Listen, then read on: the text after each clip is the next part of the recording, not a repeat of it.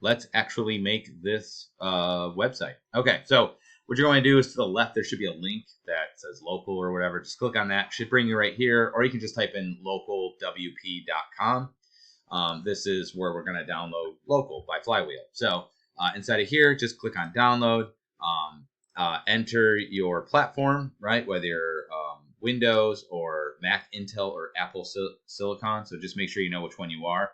If you have a newer Apple, like one of the M1s, M2s, up to, I think they're M4 now, or Mac Intel, which would be previously. So if your computer is was made within the last, let's say, 3 years, I think, 2 or 3 years, it's going to be Apple Silicon. If it's before that, it's going to be Mac Intel. So just be aware.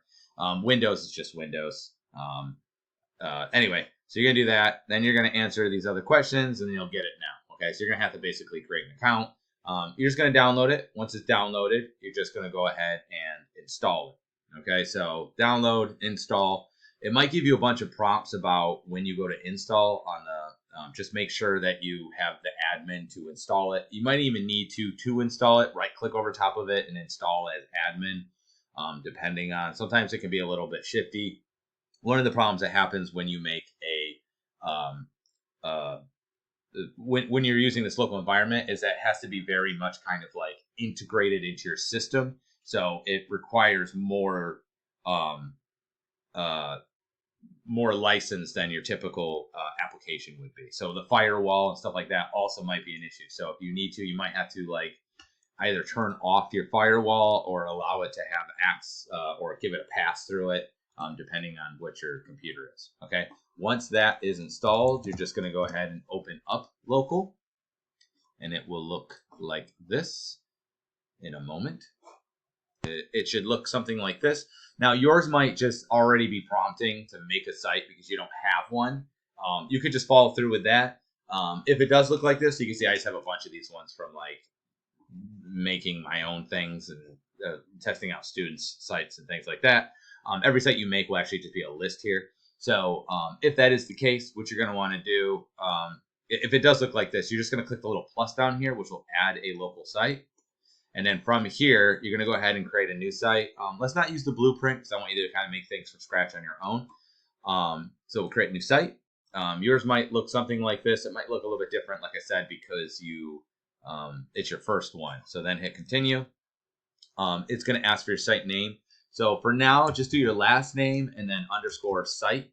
And it's pretty easy. If you're underneath advanced options, it's going to ask you what basically you want it to look like. So right now it's going to say conesite.local instead of .com. I would just leave those as they are. That's fine. Oh, actually, go back. This is also going to choose what folder it gets installed to. Again, I would leave it by default because I think you'll run into less issues. I've had issues where I tried to put it in a different folder and then it ran into things. So I would just leave everything as it is. So right here says preferred. There is custom where you can choose what PHP version that you want to use, the web server, and the database. Okay, so this is using MariaDB. Just go ahead and go with preferred. Okay. Oh no, it is using MySQL. All right. So just go with what the preferred is. That's fine. Okay. Then hit continue. Now it's going to ask for the username and password. Now this part's very important. Listen up. I want the username to be VCP and the password to be VCP. This is important because when I go to open up your project, if these are not VCP and VCP, I'm not going to be able to get inside. And then you're going to have to tell me what your specific username and password is, and I don't feel like doing that. Okay. You can just leave this email address also because this is all local. It's not a real thing, so it really doesn't matter. It's not going to go anywhere. Yeah, we're not doing a multi-sig. Okay, so just make sure both of these are VCP and VCP, all lowercase, add site. It's going to take a little bit to install.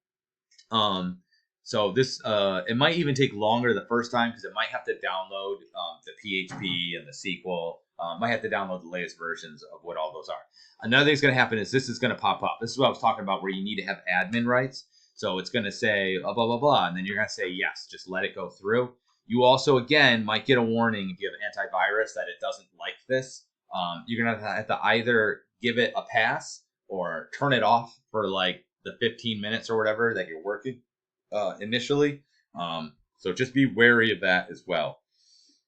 Once it's installed, it will look like this, and it gives you all this information. You can see what it looks like by clicking on Open Site, and then that will actually open the site, and you get this very generic, basic, default website. Looks good. You can also do this. You can click on, so this will just open the site, and it will look like whatever anybody else would see it, not you specifically, it being your site. If we click on WP Admin, it's going to open up the admin window here, tab. And then again, it's going to be VCP, VCP, okay? And then, remember me, and then log in. And then you'll be brought to the dashboard, which is what you see here. And that's as far as I need you to get as far as this first part is concerned. Congratulations, you've made your first CMS website.